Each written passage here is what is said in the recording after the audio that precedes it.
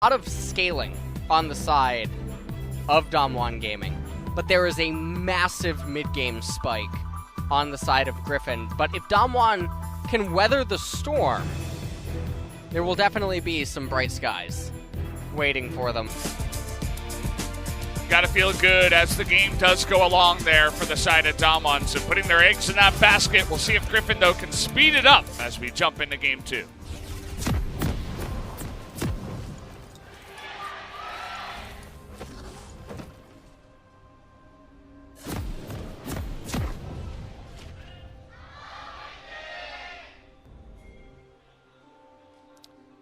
(2019) LCK Summer. It's heating up here, guys. It is getting pretty hot, though. It is. In Seoul. It's not quite at the point where you go outside and you walk 10 feet and you're drenched in sweat. It's not quite there yet. Not yet. It's coming. I feel like it's not super humid. Oh, and then there's monsoon season next month. Oh. I almost forgot about that. Now I'm getting excited. Thanks, LS. Yep. I know that you're looking forward to it. Monsoon season's fun, where it rains basically every day, and you can bring an umbrella, but the winds are really strong, so you end up breaking probably one or two. Yeah. Not out of anger, but the wind actually just takes it out of your hand or blows it upside down, which can actually happen. You know, the interesting thing about the monsoon season is just you really never quite know what you're going to get in terms of rainfall, and then some days it's really scary. Yeah. It's really scary. And if you live in an apartment here, the windows are always shaking and making noise. Oh, it's terrible. Yeah, I know you have to deal with that. Can't even turn on the AC. Gets bad. Why can't you turn on the AC? Well, it depends. If you have the Korean in-house units that they have, you know which ones I'm talking about? Yeah. They don't have them in America like that. You mean the standing units? Yeah, the standing units. Yeah. If you have those, it's fine. Okay. But if you have the pre-built-in air conditioner units that they have in the walls and in the ceiling, sometimes they just start flowing water. Everything just starts getting wet. It's really bad. Oh, I didn't know that. Oh, it's scary. It's awful. It's an absolutely dreadful feeling. Sort of like playing Atrox against Fiora. It's an absolutely dreadful feeling. It is. It's a bad one. Taking a look at all the runes here across the board. Nothing too unorthodox or out of the norm present on either side. And you get the Klepto for the Fiora to just dunk on your lane even harder. You're not feeling any pressure up against the Aatrox, so you just kind of chill and build up that gold as much as possible, and you end up getting a pretty massive lead. Kleptomancy on the Fiora. A little bit surprised. You can't actually change, well, obviously you can't change champions, nor can you know the runes of the opponent, but when they went into the game, I'm surprised that Chovy didn't say, okay, I'll go top lane, and make it so that Fiora doesn't have a rune. That would probably have been the best choice, to be honest, as long as Sword would be comfortable going up against Showmaker in mid. Yeah, I'd have to agree, and there have been times like this before where teams have done it. Yeah. Yeah, Freaka. We've seen him many times. I mean, even at Summit from Sandbox went mid a couple times. We saw a couple of random stuff like Darius mid. We saw, I think it was Taller or someone brought Darius mid. We had a Gangplank mid. Gangplank mid is really good against teams that want to try to mix up the draft, and they end up with a Kali in mid. He's really good against the Kali. He's also able to do okay against Aurelia in mid lane. So definitely some versatility is possible. Doesn't look like Griffin wanted to try to go that route this game, and already the bottom lane for Griffin doing a fantastic job dishing out a lot of poke to Salt. Nuclear does have the teleport available. Barrel not quite as fortunate. See that Canyon trying to help out their bottom lane, puts that down, and It was an unfortunate timing because the lane was pushed, so Lehens and Viper just walk over. They're like, okay, thank you for the extra gold. We'll take this out. Our ward was about to die anyway. And the lane dominance, again, is prevalent here in this game, at least so far in the bottom lane. Oh, no, but no, it's fine. Zipper posting right at the very end there. We're having a pretty standard game here so far. Not too much chaos and starting to look very similar to game number 1. Not a lot of chaos unfolding. Both junglers just sort of farming it out, but you can see that Tarzan's route is a little bit off kilter. He has the 7-10 split going on when you have the golems and the Gromp up, but nothing in between. Yeah. Feels quite bad. 7-10. Still ahead on CS over Canyon. Canyon took a little vacation in this game. And now Tarzan's waiting for him here. Man. And Canyon just going to face check it. See if he can get away from this one. Looks like another undertow comes in. Really good amount of damage, though. Yeah. Even though Nuguri is coming, it shouldn't matter all that much. Oh, man. Ult is coming through here as Sword is really trying to show his dominance up here on the top side. This is definitely not a favorable position right now for DAMWON. And you can see that Chovy, he's completely content here in the mid lane, and also Showmaker really going to be gimping his build for early into mid transitions. He rushed Mercury Treads on Camille. He's not going to do any damage. Yeah, he's basically just going to survive and farm, but you're still going to get behind onto that Lysandra. Take a look at the bottom lane. You can tell that, of course, Sivert just trying to scale, but Viper and Lehens are like, no, we want to get in there and do the damage. Obviously, the shield max here on Lehens is being highlighted. Did go Guardian here for the Lux, which we have seen before.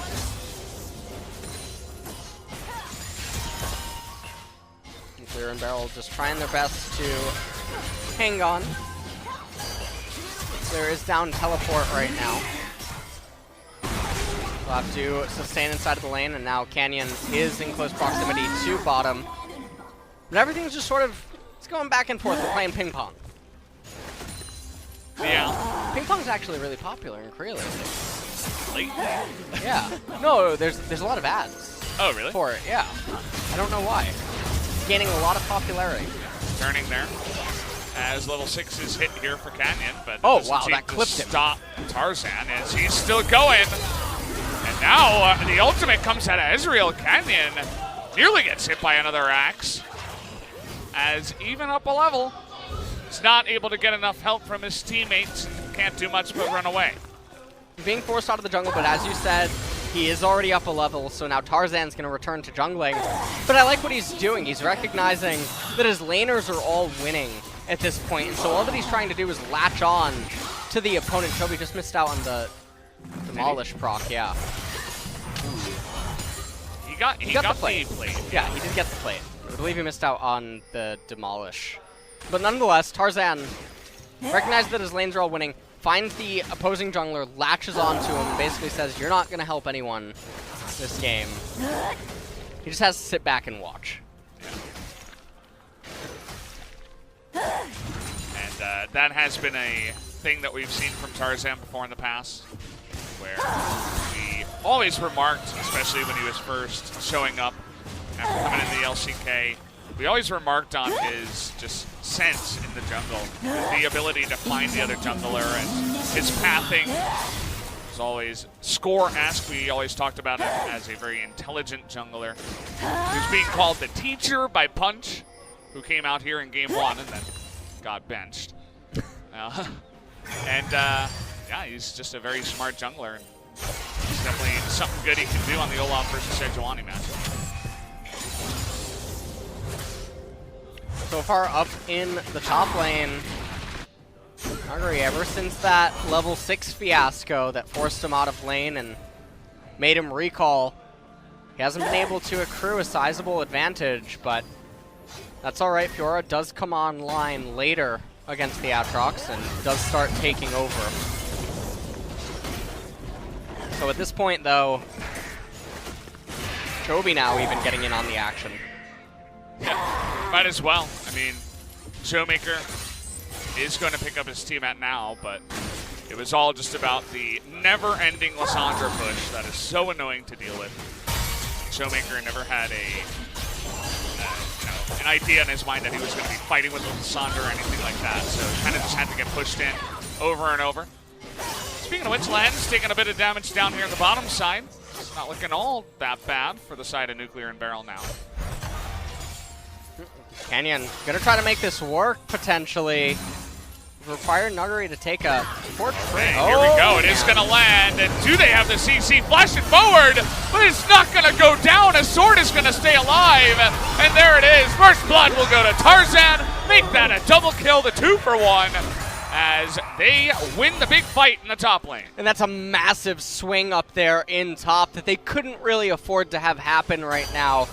Nuggery still doesn't have his teleport available, which means he will lose out on quite a bit of CS, as we can see that Aatrox gonna crash that next wave. He won't be able to get a plate, I don't believe. But meanwhile, in mid lane, Chovy, yeah, he's got 2. Might even actually be able to get 3 within a couple of minutes. You'd have to imagine. I mean, it's just a non-stop push, and the Lissandra pick seems to work out, as now Lahen's in a little bit of trouble here. Does have his flash, but oh! Thomas Kench! That's really surprising, but it comes at a really important time for DAMWON. They needed a break, and they finally got it somewhere. Lahen's too slow to react on the flash. Didn't expect that amount of tongue power from the man himself, but I think he maybe even imagined that Viper would cover a little bit more area for him. yeah. We'll take a look at this as well, so watch this. They end up going, but they just weren't quite able to do it at the same time, and Nuggery a little bit slow right there, and it was just what they needed for Griffin to turn this around. No flash, no flash. 잡고 빼. 잡고 빼. Nice. 카메라 가서 잡고 빼. 카메라 가서. I'm gonna push top, I'm gonna push top. And another replay on this. Oh, let's take another look at this. And right here, watch Viper. He can easily, instead of issuing the auto attack, keep moving south and have blocked the tongue lash, but didn't want to do it. Seems like even he wasn't expecting that amount of damage to come out, but Lux is, especially without Aftershock, she is very squishy. It shouldn't be a surprise to anybody, but you gotta be careful. You gotta recognize that is the case. Now we're back to the middle lane, where Lissandra will keep shoving endlessly. Sally Ann. What? That's her nickname. Alright. Yeah. Okay, here we go again. Tarzan. They know about him, though. Yeah. Nice. Every time Canyon tries to go somewhere, Tarzan's just like, nope. And now it's going to force the TP coming out here from Camille. Sword, I'm not sure about that one, but he is just going to hop over the wall. And he's totally fine. Couldn't quite locate the Archie to lock up the Aatrox. And Chovy, he's already at 3 plates. There's only 13 seconds remaining, though. No minion wave in close proximity, so he'll have to settle for 3 this game. Yeah, you know, that's okay. That's all right. Already has the Ludens completed. And look at Chovy. He's about 11.5 or 11.5. Showmaker, still level 10. So not quite sure how far behind he is in the middle lane. Meanwhile, up in top lane, same story again. Fiora, level 10. Sword is into 11. So the experience gap is very, very big, and I feel like it's a stat that a lot of people really underestimate. You're getting all the base scaling components, the extra skill points and whatnot, amplifying damage, and sometimes levels alone can even be more valuable than certain recipe items. It's absolutely a big deal. We did talk about this before, how DAMWON, they're kind of playing for the long game. Obviously, these lanes are not going very well, especially that top lane where they thought they would have a bit more fun with the Fiora versus the Aatrox, but that has not been the case. But let's see if they can hold on for another 15, 20 minutes. Maybe then we can slowly see this game turn around, but I'm not sure that Griffin is going to let them get there. I mean, they're only down 2,000 gold right now. We can maybe assume that it's about 2.5 after the Rift Herald's going to be used. So it's not catastrophic yet, especially when you consider their scaling. Griffin's really looking to be about 5,000 ahead at 20 for you to consider them truly ahead, ignoring player skill and whatnot. Just talking comp to comp, and a lot of that just has to do, again, with the base scaling of the champions, but also how well do they effectively scale into future item buys. So now Ravenous Hydra completed for both top and mid laner, as both teams are just going to continue to posture. No one really cares about the Cloud Drake. Yeah. As yet again, they want to make something happen up here against Sword.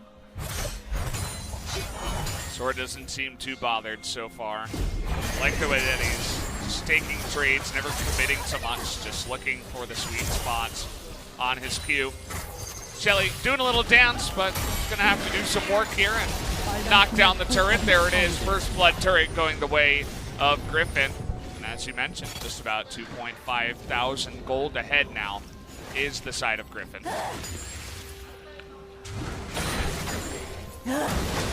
Finally, Tarzan gonna be pathing towards the Clown Drake. Gonna pick that up for his team. Yeah. I feel like it's not that bad. It's pretty good on Aatrox and Olaf at least. Get them in range for them to do their stuff as okay. Trying to lock down Sword again. You can see he's not buying it. And so when you're wondering, if you're watching this, how do pro players know that something is amiss? Well, yeah. Olaf's on the right side of the map. There's no sign of Sejuani. You have the wards on the right-hand side jungle. She hasn't been spotted in a while. Suddenly, a Fiora is getting really frisky in front of your turret, playing a little bit reckless. And you have to wonder, okay, well, this isn't natural. This hasn't been how she's been playing out the laning phase thus far.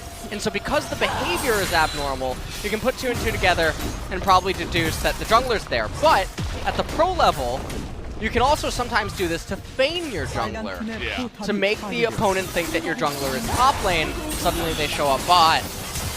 And these are little maneuvers that can definitely come into play at the pro level.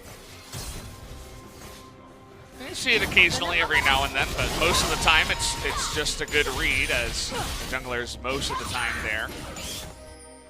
And sometimes it can lead to you getting the better end of certain trades because people play them out differently, thinking that maybe your jungler's nearby. Maybe they won't use an ability that is designed for their escape in the event that your jungler suddenly appeared and they weren't actually there, so you went out on the trade. Nonetheless, Infernal Drake will come up next. That's a high priority dragon for both of these teams. So if game number one was an indication of anything, we could maybe expect to see some sparks fly at that Drake and perhaps even the game end. Yeah. Except this time it's actually the Infernal Drake and not the Ocean Drake for DAMWON. So maybe they're not going to like this one as much. Maybe they'll just say, you know, we like Ocean Drakes, not so much Infernals. But let us wait and see, as we still got about 2.5 minutes until that does get going. And Griffin, they don't seem in a rush at all. They're playing this very methodically, not really trying to force anything or going for any big ganks or anything like that. They're just farming up, you know, keeping with the lead that they've already built themselves in the early game. And they'll be looking to make their move before things get too late. As you did mention before, you know, you don't want it to go to 35 minutes plus, because then you got Fiora, Sivir, Camille, and a bunch of ways to get them around the map. CC and your jungler. So, no doubt Griffin will be making their move eventually, but that time is not yet in this game. And 2,500 gold is all that separates the two teams right now, and so in theory, you would say to yourself, well, Griffin didn't accrue the type of sizable advantage that one would maybe hope, knowing that you're going up against a scaling team composition. But we mentioned that they do have the mid-game spike. They have the mid-game power, and fortunately for them, the Dragon's actually spawning at a point where the second items haven't quite come in just yet. And because of the way that some of the champions have itemized right now on the side of DAMWON, it can actually be a little bit problematic for this impending team fight. And if the Infernal goes over on the way of Griffin, it really helps them go toe-to-toe against the scaling components on DAMWON. Yeah. So that extra bit of scaling through the Drake is going to help them do a little bit of that, as well as Canyon just can't get enough of this top lane. It's not really going to help out there as Showmaker takes a big chunk. It's really surprising. Because top lane influence right now, we've even heard some top laners talk about how... He's back again. They really want All right, well, we'll give it another shot here as the stopwatch will come in, and Sword doesn't really care about that. He's already level 14 here as well, up against level 11 Canyon, so nothing hitting, and he just easily gets away. You ever get the really toxic player in your solo queue game who keeps spamming every you time. and demanding that you gank their lane? Oh, yeah. That's what it feels like right now. Canyon's being held hostage. But then it's not in a good spot, but you're like, okay, fine, I'll do it. And then when the gank goes wrong, they question mark. Or those are the best. Is it the jungler who keeps trying to force the agenda? Those are more rare. Those are pretty rare. They just never give up. Yeah. Like, no, we have to do this right now. Yeah. Now or never. Sort of like this. Now, see, this is the awkward moment. Oh, okay. Oh, boy. All right. Oh, boy. Okay, get lasered in the back, too. It actually tickled her. Yeah. That didn't really do too much. Lux doesn't really do damage in the support role. Let's take a look here. So Ezreal, 211 AD, 40 AP right now. See the amplification. Okay. 232. You got 4 AP. You got 21. What? 4 AP. Yeah. Yeah. 4 ability power. That's nice. Got 21 AD. Yeah. 2 longswords. And every lane is winning. Not every position. The support actually goes over to Beryl. He's winning with his 54 CS. Sharing a lot of that. It's a very powerful Infernal Drake at this point in time. It really helps them at arguably their strongest point inside of the game is going to be the 2 and 3 items. So see what they can end up doing with it. Aatrox probably almost has his Death Dance completed. And they're even going to give the blue over to Viper. He has the Luden's Echo. He has the Iceborne Gauntlet. Nuguri trying to get away from this one. Will be ulted, but a nice riposte is going to shove it right back. And the TP is coming in. Really nice timing there on the Zhonya's. But Chovy is going to try to hop away, but he goes straight into the mouth of the Sivir. Will shut her down. They committed a lot there to try to get Nuguri, but wasn't quite enough. I mean, he played it really well with the riposte. It did look like Griffin was staggering a bit, trying to get him and eventually bring him down. And that's a nice little tempo swing that will go the way of DAMWON. Really got to hand it to Nuguri. His mechanics on point. That's part of the reason why he was brought in to play that Fiora and make it happen. So we're going to get another look here at how this play happened. The undertows are all hitting. Chovy comes over the wall, but he's really slow on the pull. And you can see there, right at the end, people might be wondering, well, why doesn't he press R right away? That's actually, what I'm thinking is a little bit of a mind game where he's anticipating that Nuguri will press the riposte sooner, doesn't see it, eventually goes for it at the point of no return. Nuguri ends up casting the riposte, and it was really well played by him. The leveling game, definitely successful for DAMWON. And that Fiora is getting massive. Ravenous Hydra and Trinity Force. And you can see that Sword is absolutely respecting them right now. The gang's up on the top side under that turret, not so much, but second that, you know, Fiora does well in a fight, gets a couple of items, Trinity Force now. He's like, okay, I'm ulting and flashing, pressing all my buttons to get away.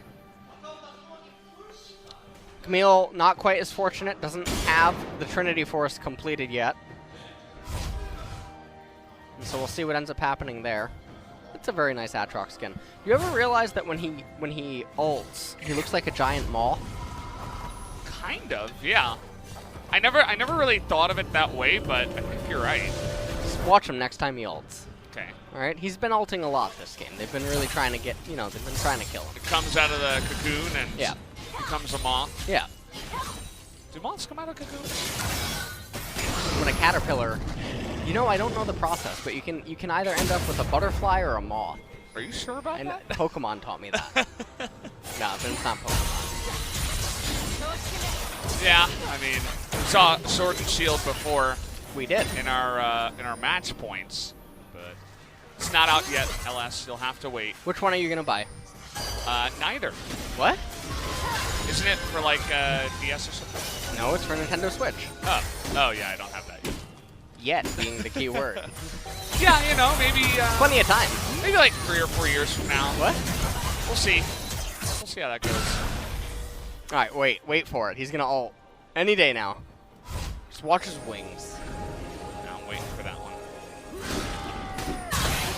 This is truly turning into a very Griffin-esque game where now they're gonna start losing slowly over the course of the next couple of minutes if a team fight doesn't end up unfolding. But they will Jedi mind trick the opposing team into taking a disadvantageous team fight, resulting in Griffin's inevitable win, the capture of the Baron buff, and then the fall of the opposing Nexus. Yeah, that sounds like Griffin to me. That's the sequence of events that are... Just buckle up. Okay. Somehow... He didn't have to spoil it before we got there, but... After Tarzan consistently being behind in levels, he's now found himself... Here we go, the moth. Okay. See? Nice hook shot. It's not going to matter as he finds 4 members, count them 4, from Griffin as Beryl as well. He's going to donate himself the Jedi mind to trick. science. This is it. Now the Baron. And it is actually going to start. That's why you're not supposed to read the script on cast, LS. You're supposed to keep it to yourself. Alright. Now, we got Fiora split pushing. That's just about all she can do at this point in time. But the Baron is absolutely going to go the way of Griffin here. DAMWON not even sending a jungler over. They'll just be happy with the Cloud Drake. And the next one will be a Ocean. Nobody really going to care about that one. The Baron from the Jedi Mind Trick outplay. Let's take a look at this. And we're going to take another look Ask here. yourself why all of DAMWON was here doing what they were doing. And you can't come up with an answer. How did they convince Beryl to ult in like that? I know. Beryl's the one where you're like actually thinking about it. You're like, I don't know. Maybe Ellis is onto something. Qui-Gon Jinn waves his hand. You will ult in the top push. Oh, man. Alright, well, now with the Baron and the Ezreal and the Lux, that's quite a lot of poke and siege.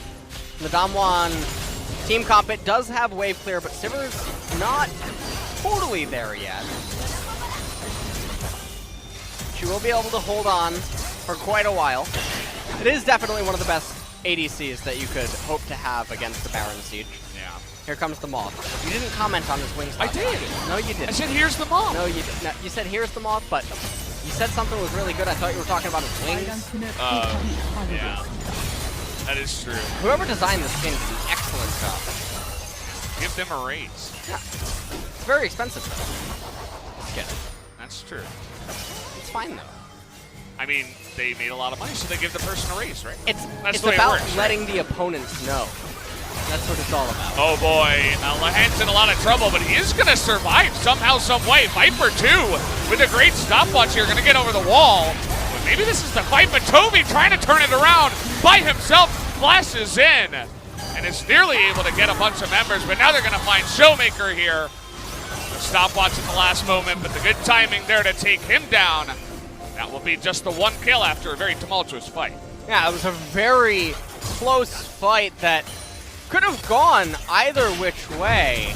If one Lissandra passive just went off inside of that fight, everything just gets really chaotic. But if they can lock up Viper, then things would have gone very, very poorly. Baron, only a minute and 15 seconds remaining. Let's take a look at how this all ends up transpiring. Lahens walks straight into a Sejuani ult, but Hungry was tied up temporarily. Yeah, the binding. Flashes over onto Viper, but not able to execute him, and just barely Chovy misses lethal on one of the targets. Showmaker barely able to get away at the very end, but ends up eventually being caught, forced to use his stopwatch. Yeah. I was following Nuguri in that fight, actually. He got the second part of the binding, then flashes over, and then he does a little bit of damage, and then he kind of just walks away awkwardly. Yeah. So the Fiora in team fights at times can be overwhelming. Just a bit of an awkward fight there in the jungle. Not your straight-on 5v5. Sterix now completed for Fiora. It looks like Guardian Angel will be the fourth item of choice. And Baron is about to dissipate, so they weren't able to end it with one. They do have a 4,000 gold lead, but honestly, that's not super big, all things considered. Okay, well that poke is quite big. And take a look over here, as that's a Fiora left out on an island. I'm not sure why he was so far up the lane that he was going to get caught out that way, as actually we have two split pushers in this game.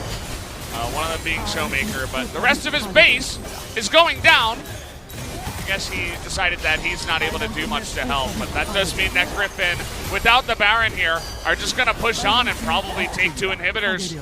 Maybe even push for more here and force the Camille to come back, or otherwise go for the game as Toby's diving in now. Big thick skin here as Sword not quite able to get that damage. Oh, if they can hold on. They can stop the backs here. This could get interesting. As the Nuguri has inhibitor does teleport. go down. Nuguri has teleport, so does Nuclear. Oh, this is going to get interesting, actually. Here we go. TP out of the Ezreal. Not quite able to stop that one, and Desperation one from Sword as well. That was getting a little bit scary there towards the end. Yeah. If any of the members on Griffin died, things really could have turned around almost entirely. That's kind of the worst way to lose. Well, they're trying to find Camille. Yeah. Not going to find her, though. And Ocean Drake is on the map now. And we can take a look. Yeah, everyone was on a little bit of a different page.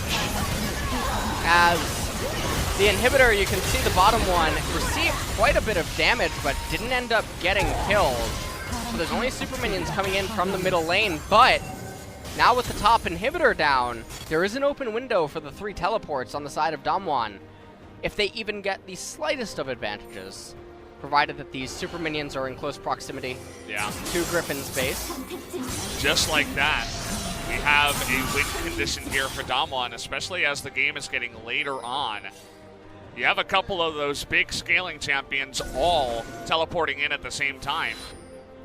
You know, how are you going to handle that? I mean, Toby at this point is the only one that has his TP available. Viper and Sword used it to get back in that last play. You can see right now Chovy is on Fiora duty, as he's the only one that can realistically sort of hold her off at the last turret. He has to cosplay as Gandalf right there in the bottom lane. And we're actually get to see one of the reasons that the top inhibitor is the weakest inhibitor, and it's due to the proximity towards Baron. It's so easy for teams to posture around it, always push back the minion waves there. And it's not really the most valuable. Obviously, bottom inhibitor is the best. Top inhibitor only becomes valuable post 40 minutes when Elder Dragon starts becoming entertained, as the map sort of flips on its head. Yeah. And take a look at this. They actually spotted Showmaker coming on in. There were pings from that control ward, so both Viper and Chovy are down here in the bottom lane, really taking the split push seriously. This game is about to get really interesting as we do come along here. 35-minute mark about to be overcome.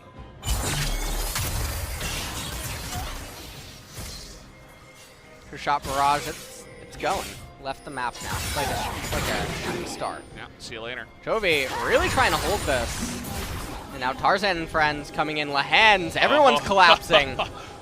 And immediately pings to go to the Baron are coming in as they got a Sivir inside that belly. We're just going to 3-man it here, and Griffin were baited into it, but then DAMWON saying, looks like we can't do it fast enough. Yeah, they can't do this fast enough. This would actually be a really interesting play if they had Mountain Drakes. Oh, yeah. This is definitely the type of fork that they could do to Griffin. But right now, their team composition is diminished to smoke and mirrors. You don't want to kill the Ocean Drake. That'll cause the Elder Dragon to spawn. Okay, the Moth is flying again as Nuggery here. Getting 2v1. Nice timing there on the ultimate. Down she goes. And no longer will the Fiora be living. But yeah, they're going to go for this Ocean Drake here. Oh man, 50 seconds on Nuggery. This means that the Baron will go the way of Griffin, and with the bottom wave having been shoved out as well, it's going to be really hard to try to do anything. DAMWON are going to have to really find the needle in the haystack here if they're going to want to stay alive inside of this game, and this is what ends up happening when smoke and mirror attempts end up falling apart. And for people that are wondering, well, why don't they just team fight yet? They're not at a point where they can, and the open inhibitors make it problematic. Hold the phone. Canyon is going to be spotted here. They're not going to go for this one just yet until they push Canyon away. Speaking of which, they nearly kill him on the backside. So they get the Baron. The TP's coming in here. Camille desperately trying to kill that turret. It's actually closer than I thought it would be. Nearly goes down here at the last second, but Chovy is able to put on the defense. And now what they'll end up doing is they'll escort the bottom wave, which is the turret that just got hurt the most, to ensure that that'll be where the next super minions spawn from, so that they can try to put an end to DAMWON Gaming's attempt at doing anything there. Atrox holding down the fort up in top lane. Inhibitor has respawned now in top. You can see there's no more super minions coming, so that's a cannon that is up in top.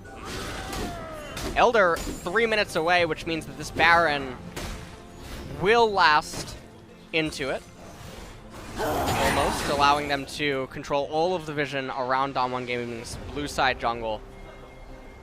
Guardian Angel completed for Showmaker. He has the Executioner's Calling as well as a Null Magic Mantle. Have to see what his last item of choice will actually end up being. Sword forced to flash away. A bit in trouble, but maybe able to bait Nuggery in here. There's a nice amount of damage on the last side, but does end up having to blow his ult and his flash on that one. Viper trying to go 1v5 on the poking war, and Griffin now finally going for this bottom inhibitor that they wish they had taken earlier on in the game, but instead will take it now. And with that gigantic wave in the bottom lane, they're looking to push on in here. Viper with the bait, with that stopwatch, but Lahens taking a huge amount of damage. Showmaker trying to get into the back line. He's going to get exhausted, not quite able to take on Lahens, who's able to kill him in the end there. Chovy as well on the front line. Takes out the Sejuani, and that should do it as Griffin here, 5v3 now with the Baron, are going to push to end. And the Lissandra passive did quite a bit of work also, creating or acting as a zoning tool, and you're right, Valdez, that's all that she wrote. Yeah, not much else they can do here, as once again the story will continue. Griffin will be 13-0 up